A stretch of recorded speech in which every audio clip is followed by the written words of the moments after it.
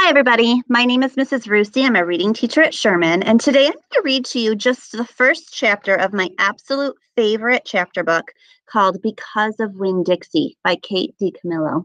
I love this book, and if you love animals and you love friendship, you're going to really want to read it too. I'm going to start with chapter 1. My name is India Opal Baloney, and last summer my daddy, the preacher, sent me to the store for a box of macaroni and cheese, some white rice, and 2 tomatoes. And I came back with a dog. This is what happened. I walked into the produce section of the Winn-Dixie grocery store to pick out my 2 tomatoes, and I almost bumped right into the store manager. He was standing there all red-faced, screaming and waving his arms around. "Who let a dog in here?" he kept on shouting. "Who let a dirty dog in here?" At first, I didn't see a dog. There were just a lot of vegetables rolling around on the floor, tomatoes and onions and green peppers. And there was what seemed like a whole army of Winn-Dixie employees running around, waving their arms just the same way the store manager was waving his.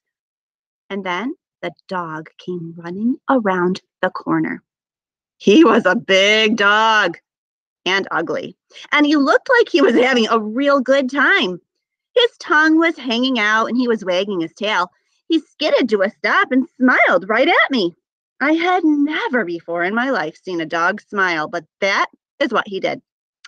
He pulled back his lips and showed me all his teeth.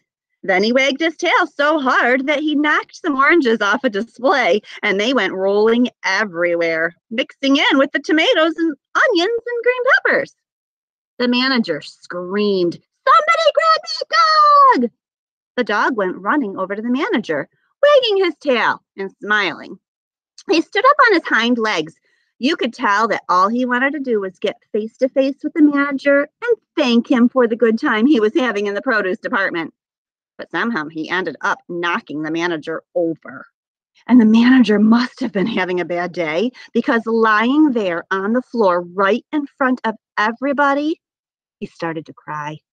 The dog leaned over, real concerned, and licked his face. "Police!" said the manager. "Somebody call the pound!" "Wait a minute," I hollered. "That's my dog. Don't call the pound." All the Winn-Dixie employees turned around and looked at me, and I knew I had done something big and maybe stupid too, but I couldn't help it. I couldn't let that dog go to the pound. "Here, boy," I said. The dog stopped licking the manager's face and put his ears up in the air and looked at me like he was trying to remember where he knew me from. "Here, boy," I said again. And then I figured that the dog was probably just like everybody else in the world, and he would want to get called by a name. Only I didn't know what his name was, so I just said the first thing that came into my head.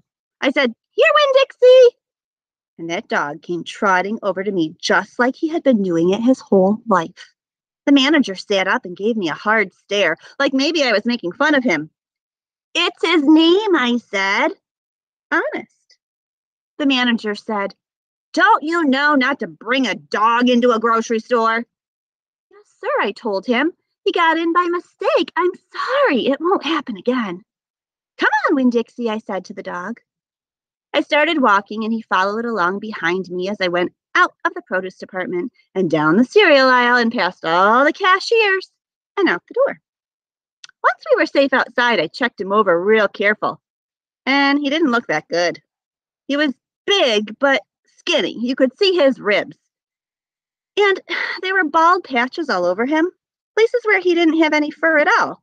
Mostly he looked like a big piece of old brown carpet that had been left out in the rain. "You're a mess," I told him. "I bet you don't belong to anybody." He smiled at me. He did that thing again where he pulled back his lips and showed me his teeth. He smiled so big that it made him sneeze. It was like he was saying, "I know I'm a mess. Isn't it funny?"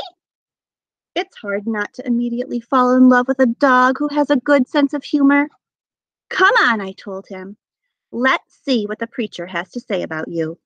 And the two of us, me and Winn-Dixie, started walking home. And that's the end of chapter 1.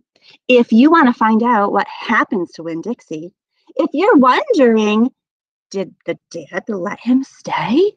You should read this book. You'll love it. You can find some voice readings and recordings of it on YouTube. You could find copies of this book in the library, or maybe even find a copy online. Hope you give it a try. Come talk to me if you've ever read Winn-Dixie. Bye-bye now.